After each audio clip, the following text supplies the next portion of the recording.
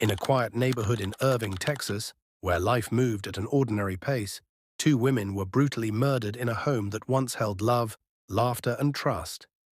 This wasn't a robbery gone wrong, or a random act of violence. This was personal, and the man responsible would later sit in a courtroom claiming he didn't know right from wrong. But a Dallas County jury wasn't buying it. This is the story of Tyrone Cade and the double murder that shocked a community in 2011.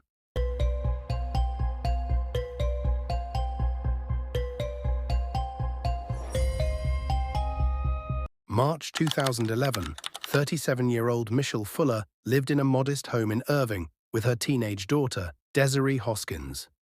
Mischell was known to friends as warm and caring, the kind of mother who balanced discipline with compassion. Her daughter Desaree was just 18, full of life and promise, taking steps into adulthood. Mischell had been in a relationship with a man named Tyrone Cade, 39 years old, a man who, on the surface, seemed reserved and quiet. But beneath that calm exterior, there was turmoil. Cade had a troubled past. He claimed he endured physical and sexual abuse as a child, and as he grew older, that trauma turned into deep emotional scars. He battled depression, struggled with unemployment, and complained of chronic back pain. But those around him also noticed something else: a possessive streak. He had a hard time controlling his jealousy, and that jealousy was directed squarely at Mischell. Over time, their relationship began to crack. Mischell wanted out, and for Cade, that rejection was unbearable. One night, Cade secretly recorded Mischell having a provocative Skype conversation with her ex-husband. It was intimate, not physically, but emotionally charged. And for Cade, it was all the evidence he needed to convince himself she had betrayed him. He stewed over it. Replay after replay, hour after hour, his anger boiled into obsession. And then, it snapped. Cade confronted Mischell in her home, holding a knife. He demanded answers, desperate, enraged, and unhinged. But when Mischell tried to calm him, tried to talk her way through it, he didn't want words.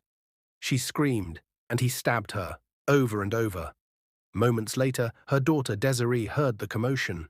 She ran into the room, terrified, confused, only to face the same fate. Within minutes, 2 lives were gone. When police arrived, the scene was horrifying. The kind of crime even veteran officers never forget. Cade didn't deny what he'd done. In a recorded confession, he said he killed Mischell because she wouldn't be silent. He said he stabbed Desaree only after she ran in. He admitted it, every detail, yet insisted it wasn't his fault. He claimed he was insane. In 2012, the case went to trial. Cade's defense team argued he was not guilty by reason of insanity, that years of trauma, depression, and emotional collapse made him lose touch with reality. His lawyers told the jury that he had snapped, but prosecutors saw through it. They said this wasn't a man overcome by mental illness. This was a man consumed by rage and control. Assistant District Attorney Heath Harris called it what it was: an act of dominance, punishment, and retribution. They painted Cade as a manipulative abuser who couldn't handle rejection. Not a man out of his mind, but one fully aware of his cruelty. Psychiatrists were brought in. One doctor, examining Cade for the prosecution, concluded he knew exactly what he was doing that night. Defense experts, on the other hand, couldn't even say for sure. They hadn't personally interviewed him, only reviewed his records.